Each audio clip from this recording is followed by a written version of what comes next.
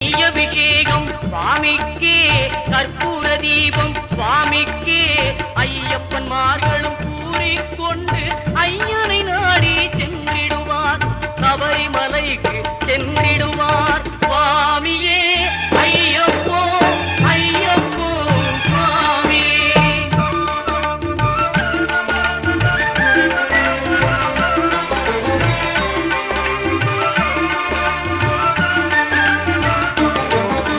கார்த்திகை மாதம் மாலை அணிந்து நேர்த்தியாகவே விரதம் இருந்து